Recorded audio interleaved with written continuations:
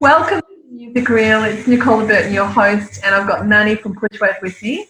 Today, our special guest, Jeff Halley, is from Monster Management. Now, Jeff is located in Perth. Now, we've worked with so many people in the industry over the last 30 years. This is a man who knows every aspect of the industry. So, promoter, to agent, to artist management, anything to do with putting a show on the road, this is the man you need to talk to. So, Jeff, thank you so much for talking to us today. It's a pleasure to finally meet you. Wow, what an introduction. True. And a pleasure to meet you as well. And yeah, always good to see Manny.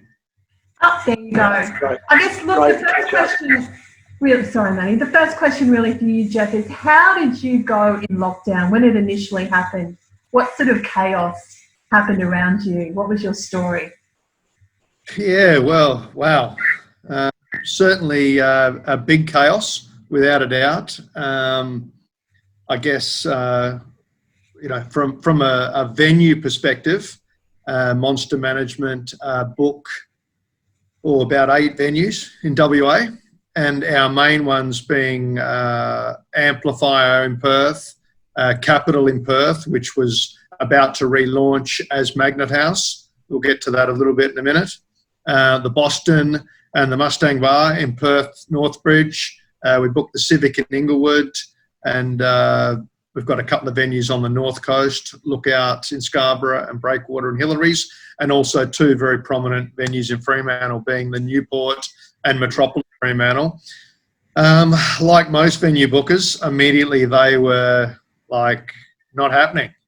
So yeah, look, it was a scramble, and obviously most artists and acts were aware. You know, we book everything from solos, duos, large tour acts, local, national, international acts, DJs. Most of them were aware what was going on, so it wasn't too hard to put the pieces together. But yeah, obviously a lot of discussions with venue managers and owners. A lot of going over the same discussions over and over and over again. I don't think anyone could really believe what was happening. But yeah, certainly a stressful time, like I'm sure it was for everyone. With Monster Artist Management, all the acts we had, Jake Snell, who is the managing director of Monster Artist Management and heads up our LA office, he certainly went into, well, I'm not going to say crazy mode, because he's a lot more calculated, calm and more business-like than myself. He had a lot of acts, Methyl Ethel, the Beths were both large tours were about to start, so he had to go in reschedule mode there. Hatchie was the same, Brisbane-based act actually, that had a lot going on that he had to go into reschedule mode. And yeah, that's kind of what being too laborious there. I think you can probably put the rest of the pieces together. And it's like so many people we've spoken to, Jeff, have said the same as you. They've never worked so hard to earn no money in their entire life. It's been all the things we had to reschedule and postpone, and then make sure everyone gets paid, and then you're checking in on everyone to make sure they're okay, and then looking at, okay, what is facing us? So I guess my next question for you, and I'm going to go in before Manny does, what do you think recovery is going to look like? Especially over there, you guys have a bit of a different thing to us. You're quite removed from the rest of Australia. So you kind of run your own show. What do you think will happen, I guess, by Christmas this year? What do you think the next 6 months? Well, we're talking here, I'm assuming, from a venue side, booking side, management side, everything. I guess with us now, with the venues, I mean, slowly things are starting to roll over here in WA. In the last couple of weeks, 2 of our big suburban northern pubs, the Lookout and the Breakwater, have been allowed to go back to 1 person's per 2 square metres, and it was to a maximum of 300 people, and both of those venues are 1,000 capacity plus. So they have gone back to 300 people immediately. I think this kicked in from last Saturday, the or was it the 6th of June, or the Saturday before, sorry, the 6th of June. And, from 11 a.m., the time opened, till midnight on the Sunday night, they were pretty much at that 300 capacity the whole time. Their venues with different spaces. So that was great to see people back in the venues. Great to have our chefs, bar staff, door staff, managers, glassies, just everyone back rolling again. Yes, from my side, it's all about live music. And yeah, look, we've got a couple of solo artists and things up and running. We're lucky to be able to employ a lot of original bass musicians who also do the, covers thing on the side, I guess. Yeah. So we've been lucky to be able to make sure we kind of try and get them into a bit of work as soon as we can. But yeah, look, at this point I've got lots of shows booked across the clubs. I've got Tones and I are fast approaching, plus a lot of internationals that I'm seeing. And at this point, the clubs aren't open. I think we've been given a little bit of indication in the last couple of days that maybe they're not too far away. I think we're kind of thinking July, mid to late July at this point. But it's fingers crossed. It is. It really is. Can you see me okay? Yeah, it's a little bit clear. You're in the light. Yeah. I think it's that light. 1 second. Yeah. I'm just going to Oh, put the show. There you go. Clear as day. Yeah, I was just thinking, wow. I was going to say I'm actually lucky enough to have an office in Perth and one in Fremantle. I'm down in sunny Fremantle today. So sun was shining through the windows. And beautiful. You're lucky. But, look, the other side, hey, I don't want to paint too grim a picture. I mean, we're surrounded by doom and gloom with this thing morning, noon and night. We're just itching to get back into it. Is it going to be a slow, tough recovery? Yeah, it is. It's going to take the venues a long time to peg back income lost here. The musicians, well, it's going to take them a long time. A couple of our musicians have been lucky enough to earn a small amount of money from streaming. But yeah, it's obviously touring's where it's at, as we all know, and that's what we're involved in. That's where, it's the live touring that's our income. It's what employs my staff, employs all our musicians. So yeah, it is going to be a slow, arduous climb back, I think. But at the same time, one we're ready for, and we're chomping at the bit really to get going again. We've been spending some of the time renovating clubs, maintenance to clubs, just getting everything. I'm not too far now from Metropolis Fremantle. It's only a 100-metre walk from here, and the production team are all in there cleaning, just getting everything. Love it. Spick and span when we open again. Yeah. I love it. Manny, Yeah. you got the Jeff, great to see you after all these years, mate. You're looking fine. Thank Mate, you, you're looking mate. well, and you sound like you're on fire over there. I guess what we're seeing is from different areas. We've had conversations with the Northern Territory, so they're probably advanced of all of us between you and me, because they're almost at just usual operations over there. Then we're seeing obviously what's happening in Western Australia compared to Queensland, as compared to New South Wales and Victoria. So we're getting a perspective of what's happening, say, in the greater Australian marketplace. So you're certainly ahead of Queensland, where we're sitting at about, at the moment, 20 per area, which is, almost untenable for some huge. So we're probably months behind you, and they're saying to us now that we might get 100 people by the 10th of July. So we're leagues behind you guys. I guess what I'm looking at is, at the moment, a perception, and we've all got the same opinion, is that I'm also part of some sporting lobbies as well. They seem to have a mechanism in the government. And when we look at various codes, it seems to be that when there's trauma, because they've had trauma in the past, they know how to get to government very quickly to get the funding. Same with the movie industry. They've had trauma in the past. They've got there.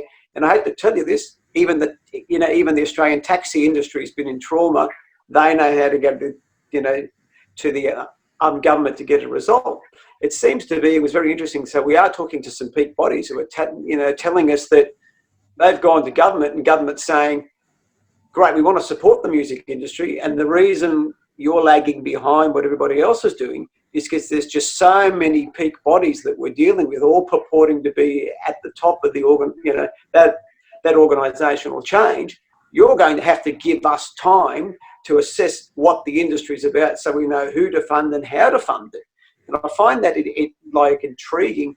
Would you say that what we need is a more incisive lobby or a more unified front for us to go to government to be far more effective, same as sport and other lobbies?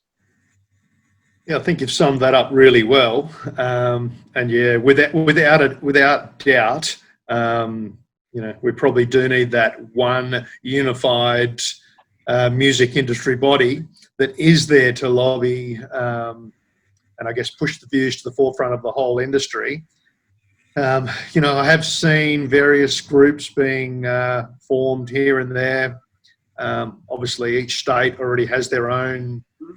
I think what's the group in Queensland? It's quite very strong. We've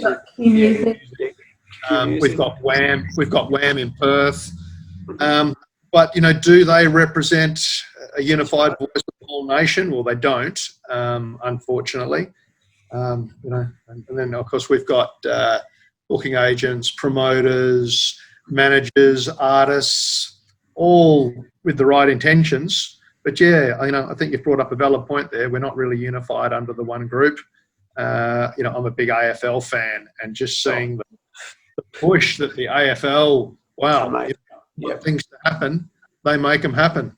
Almost to the point where I would say, government is possibly swaying with borders and other restrictive modes, maybe to fit and suit some of these codes. I'm not saying that's a bad thing either, but yeah, it does leave the music industry lacking a little, which is concerning, because there's a lot of people out there at the moment, from roadies to riggers to lighting guys to sound guys to booking agents to managers, not to mention, of course, the artists that keep the whole thing going. We're all doing it pretty tough. And, I might paint a glowing picture over here, but hey, things are tough. I mean, if JobSeeker didn't exist, I don't think we'd even see my face here at the moment. We're all kind of getting by on the bones of our butt too. So yeah, how we do that, form that unified group, I guess how is the big question. I think, everyone means well. All these groups that are forming have all got the right, intention. Yeah, and I can see it from a government perspective as well. So many voices, but, who is the peak body that they are sit down and consult and negotiate with? Well, it's interesting, isn't it? Because Shooters, Fishers and Farmers Party, that's an interesting concept of how that came together. It's like, and it's this, again, it's just an ambit group of guys that have come together, and it's a very strong, lobby. They're in the crossbench situation at the moment, where they've got some control, and there might be an opportunity for the entertainment industry or / the music industry to come up with its own political lobby under the auspices of some form of party. So that's another mechanism that we could actually put in place. That doesn't necessarily mean that the people at the head of that particular scenario need to be ex-musos or ex-managers. They can be, independent people that actually have a conduit into government. So it's an independent entity. So that's just one thought process that I'm actually hearing out there, is that, as you know, we had one of our most, our most feature artists, sort of lead singers of one of our most iconic bands go into politics with all the good intentions. The unfortunate reality was that he got swallowed up in the system, and what he went in to physically do, the outcome wasn't what he wanted to actually, sort of ascertain at the end. So it may be that that's we've had that trauma now. We've never had trauma or significant trauma that we have now. So all these other organisations have all had that wonderful trauma in the past, AFL, NRL, but they found the mechanism in the government. That's a conversation that people, like on the other side of the country, are actually having at the moment. Is it a political party that helps us lobby, like in the government? I'd be curious about your thoughts there. Yeah, Manny for politics, maybe. No. I can see the logic. You talk a rather informed. I'm quite impressed. Intellectual game. I'll be voting one Manny. That's for sure. I don't know if it's Manny. I think we need an independent entity. I think in the music industry we'll probably find there's so many skeletons in the closet that none of us want to. I think we'd both be in trouble there. But look, I think you did nail on the head when you said the great man entered politics many years ago. And there was no stronger profile in Australia than himself. And let's cut straight to the chase. The bullshit that he had to put up with, if he couldn't navigate his way through. But look, hey, moving forwards, look, there's lots of talk over here, and state government initiatives in the West, and I'm hearing lots of things. At the moment, I'm not seeing too much, but I'm thinking that's probably the same all around. The fact that there's no unified body nationally, it is of great concern. Going over that ground. WA, what I was impressed with, to get slightly off the track, was the State of the Art Festival that runs over here on the June long weekend every year, which is funded primarily by the state government. They were quick enough to at least do a streaming version, which I was impressed. Obviously Wham had a lot to do with that, and Wham are a solid body over here. I think even they'd agree they don't get as much done as I would like or they would like, but again, good intentions, and they do the best possible given the funds they have to work with. But certainly, I'm there with what you're saying for sure. No, it's a great conversation to have, and I feel like core of it is about the data that we have. We don't necessarily have a central source that collects the data from all of us. So, these state organisations don't necessarily have the data from us, that operate perhaps not in their networks. So they don't really have the proper financial picture of what is actually happening out there in the market, if that makes sense. So I think it's a great conversation to have. We've been having this with people all over Australia, all over the world, talking about the same thing. So maybe this is an opportunity for us to make some changes that can actually pull us together, that we can actually really be in it together, because at the moment we're not necessarily in it together. I know it's certainly been a learning process. You can take anything from something like this that, I think we're all learning a lot. We'd rather not be in this position, but I look at obviously I'm involved in the music industry and the hospitality, and of course they do blur together from time to time, and lots, I guess, when it comes to live music. But just seeing the power of the AHA over in hotels, yes, and I'm sure you're seeing it nationally. I mean, wow, they're on the news. Bradley Woods, the director of the AH here, his big mug's on the news every night, and more power to him. He's pushing his agenda and the agenda of his members, and I do think, oh wow, wouldn't it be great? The music industry here in Australia is such a powerful, money making jobs, and to mention the creative, what it brings creatively to our great country, and yet it doesn't seem to be, getting a better word, I guess, during this tough time, for what I'd like to say, and I mean that again with the best intentions. I mean, just, sport, like you started this conversation with, and hey, I love my sport too, but nothing's more powerful than the voice of music. So exactly. Could you imagine any of those massive events without a live band, without the soundtrack that goes with it? So well, we've had a great chat today, Jeff. We yeah, I think further conversations should be had about this. But look, it's been great to meet you, hear your story, and I guess that there is a lot of optimism for some opportunities coming up. So look, we wish you the very best. We hope that when the borders open and we get to Perth, we can actually catch up. It would be really good to actually meet you in person instead of over Zoom. And like, take care in the meantime, Jeff. It was really great to chat with you. Thank you so much. Thank you. Thank you very much for your time. And, you know, as I did say, it is very tough. I'm trying to remain as optimistic as possible. I mean, look, you know, we could all lock ourselves in a cupboard and cry.